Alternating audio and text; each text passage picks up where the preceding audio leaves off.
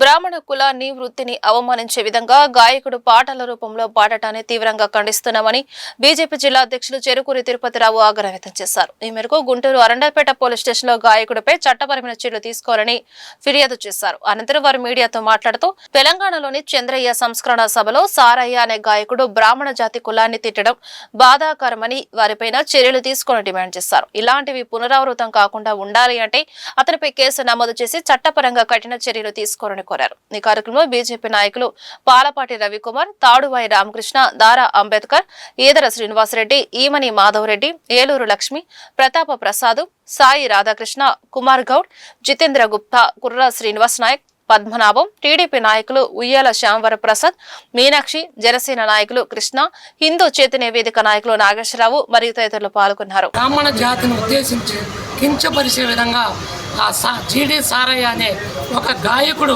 బ్రాహ్మణ జాతిని ఉద్దేశించి చాలా కించపరిచే విధంగా ఒక గేయాన్ని పాడాడండి.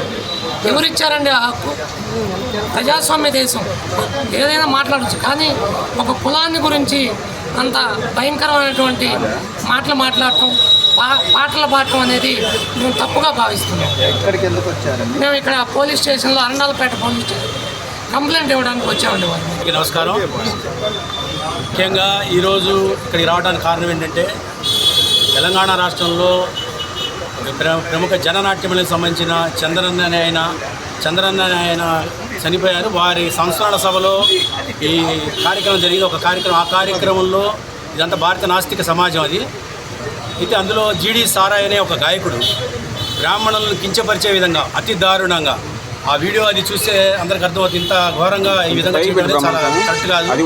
అతను పాట పాడటమే కాకుండా మరొక గాయకుడు పల్లవోలు రమణ అనే అతను యూట్యూబ్ ఛానల్ అప్లోడ్ చేశారు. ఇది అప్లోడ్ చేసే బ్రాహ్మణులను కించపరిచే విధంగా ఆ విధంగా పాట పాడటం అనేది కరెక్ట్ కాదు. దానికి రాష్ట్ర వ్యాప్తంగా మా బ్రాహ్మణ వెల్ఫేర్ కార్పొరేషన్ తరఫున అన్ని చోట్ల కంప్లైంట్లు ఇస్తున్నాం ఈరోజు. అందులో భాగంగా ఈరోజు కంప్లైంట్ అరండల్పేట పోలీస్ స్టేషన్లో కంప్లైంట్ చేసాం. అదేవిధంగా బ్రాహ్మణుడు అనేవాడు సమాజంలో ఎంతో నలుగురి మంచి కోరుకునేవాడు.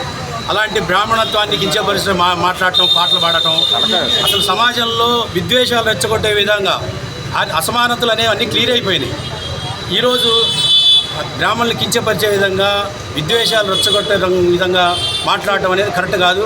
వారి మీద కఠినమైన చర్యలు తీసుకోవాలి.